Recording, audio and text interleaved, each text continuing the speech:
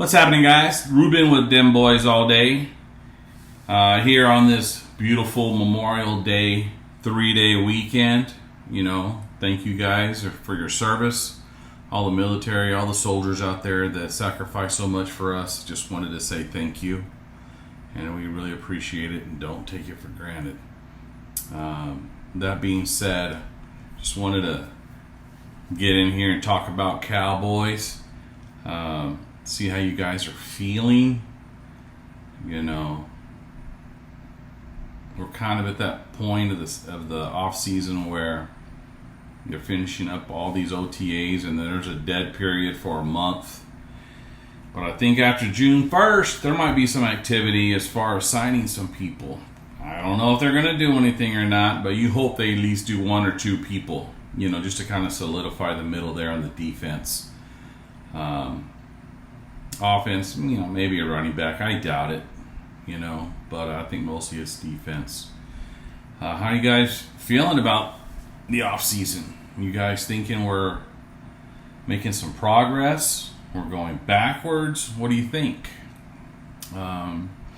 Everybody's like, oh, Philadelphia's doing everything they can to, beat the crap out of everybody. But, last year they just totally collapsed. It wasn't like one or two games. It was like the last 6 games in the playoffs. So like 7 games that they just pretty much downward spiral, And it's hard to come back from that. Now they're going to have another coordinator. I think it's I'm not sure if I think it's the defensive coordinator. But man, the Cowboys kicked all their butts last year. The Commanders, the Giants, wasn't even close. So even if the Commanders got better because they got new coaches, they took some of our players, they still haven't closed the gap as far as I'm concerned. I really don't think that they're going to be able to compete with us. Might be close, a couple of games. They always are when they're inside the same division, but the Commanders are going to take a few years to get back to where they need to be. But right now, I see us sweeping them. Same with the Giants. Depends on Daniel Jones. But Philly, I'm not feeling it, dude. I just don't think they have that consistency. Yeah, they add people, but then they lose people. And it takes a while to have that continuity. And the Cowboys have done a really good job of keeping their offense together, except for a couple of linemen.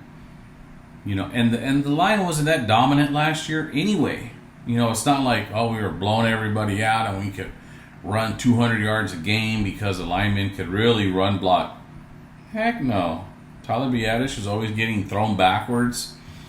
Smith wasn't too bad, but I don't think we can't replace him. Or scheme up things to have tight ends over there helping out Guyton until he gets his feet under him. But, I really think that whether it's Hoffman or Cooper Beebe, I think we're going to be all right. We're going to be bigger and stronger. And I think Terrence Steele, coming off of his second year after his ACL injury, I think is going to do a lot better, a lot stronger, a lot more mobility. So I don't see us taking a big back step as far as our offense is concerned. We have the same receiver, same quarterback. Just lost Tony Pollard, but he didn't do much either. He barely got 1,000 yards last year. And out of 17 games, what's 17 divided by 1,000? Not much. I don't know what it is. What's 55, 65 yards a game? That's not hard to make up for. So I really think that we're going to take this new offense to another level. We're going to expand it. We're going to get more sophisticated. We're going to come up with more plays that will catch the defense off guard. You know what I mean? I think that McCarthy's going to have to throw some new plays in there, new schemes, because when they see Quinn at Washington, they can't do the same old thing, I really think that we're going to be a pretty dominant offense. I don't see us going back on that. I just think maybe we're not going to be how we were last year, the top 1 or 2 in all these categories, but we're going to be a top 5 offense. And if Mike Zimmer can come in here and, he can make a statement, I think we're going to do very well. We're going to be doing more of that traditional, I'm going to knock your block off defense instead of being a finesse defense that's trying to just have speed and length and, safeties trying to be linebackers, that kind of stuff. Nah. He's going to have his guys in there plugging up the holes in the middle in those A-gaps. He's going to be showing 4 or 5 people blitzing and back off all 5 or rush 2 or rush 1, rush all 4. I'm just really excited to see what Zimmer can do because he's never had a bad defense. Yeah, maybe they've not been the top in turnovers, but they're pretty stout, and he knows how to scheme. That's what I like. I'm hoping that he can make adjustments during the game. I hope that he can. I want us to scheme against other teams. I want us to say, we got Daniel Jones. They don't have a good running back. They don't have Saquon Barkley anymore. So let's come up with a scheme that's going to put the pressure. It seems like the Cowboys would always scheme their own stuff. Kind of like Jason Garrett. We're going to just do what we do and do it well, and we're going to beat the other team. Instead of us playing to their weakness like everybody did with us against the run. They knew we couldn't run. They knew we couldn't stop the run. So their game plan was around that. And we don't do that. So I'm hoping things are changing. Things are going to improve. Things are going to evolve, I'm glad that we're getting a lot of these players back that were high hopefuls last year, like Overshown and Stevens, the tight end, and, Schoonamaker, geez, man, that guy's getting hurt left and right. But at least we have those 2 guys that are not new, but they're pretty much new because we didn't have them last year. So you add that to this year's draft class. Now you got 2 great offensive linemen. You have a pretty good defensive end. You got a nice cornerback. So you could have a good 3 or 4 starters this year from draftees that either didn't play last year or starting this year. So I'm excited. I think it's going to be good. And this hair is bothering me. Get over there. There we go. But what do you guys think? Do you guys think? I had a question from Matt, my good buddy Matt, and he was asking about do we think that Zeke Elliott is going to make a difference? He's a Niners fan, so he wants to know, hey, are we going to have a running game or not like last year? And I told him, he's not the same guy, but he's got that veteran presence. He's got that, let me show you the ropes. He's going to be situational. I don't think he's going to be the main back. He might get a lot of reps, but he's going to be that guy on 3rd down. When you got a block and everybody's blitzing, he's going to be there.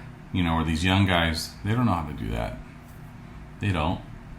So I think he's going to make a difference in that aspect of play him smartly, Put him on the goal line. When it's 3rd and 1, you're at the 1 yard line trying to get in the end zone. That's where he's going to be effective. Not 1st down, 2nd down. No. Put him out of the backfield. Remember those beautiful screens they used to have 3-4 years ago, like against Pittsburgh? They do from the 10, 15 yard line, do a little screen, and he'd take it to the house. That was beautiful. That's what they need to get back to. Spread that field out. I think Cooks is going to take a step up in his receiving. I think he's used to it. He started off slow last year.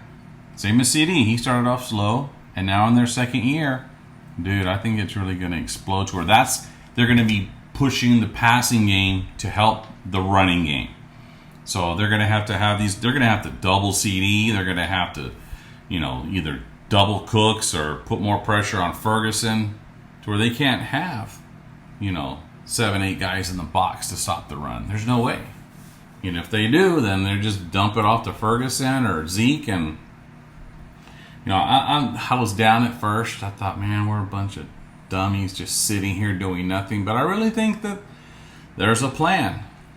I think there's a plan, man, and it's just frustrating because you see, hey, get those damn contracts done with, Dak Prescott, CeeDee Lamb. Micah, I'll just probably do that option we have on him. But, it's interesting how they changed the rules through the negotiations with the Players Association and the team owners about how you can't just sit out anymore, or you're going to pay. You're going to get fined and you can't be forgiven the fines. You're going to have to pay. So people aren't going to miss. I just think it's to the point where they're going to need to get it done. Get CD in there. Keep learning that second year offense and take it to the next level, man. Got a good feeling. Got it starting to kind of gel and come into motion.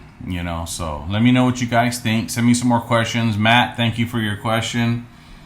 My cuz over there in New Braunfels, San Antonio, all those guys, send me some questions. Let's have some conversations. Eric, Nancy, Gabriel, Sonny, Ephraim, I'll talk to anybody. They're Packer fans, they're Niner fans. It's just a game. Let's have some fun. All right, guys. Y'all have a great Memorial Day. Enjoy hopefully your day off. It's hot out here, windy, but enjoy. And thank you, soldiers, for your service. Couldn't be here without you. All right, guys. We love you. Please subscribe and like to Demboysallday. Oh, and I'm supposed to get some equipment in because I see all these guys like Mark Holmes and CFT, CFO, all these guys are getting microphones and cameras and all that. So I said, let's do it. I ain't got all that extra money to do it, but I said, hey, let's start off with something simple. So it's supposed to show up this week and next week. So I'm excited to get those going. Get that little sound mixer thing where you can put sounds. So, all right, guys, y'all have a great one, and we'll talk to you soon.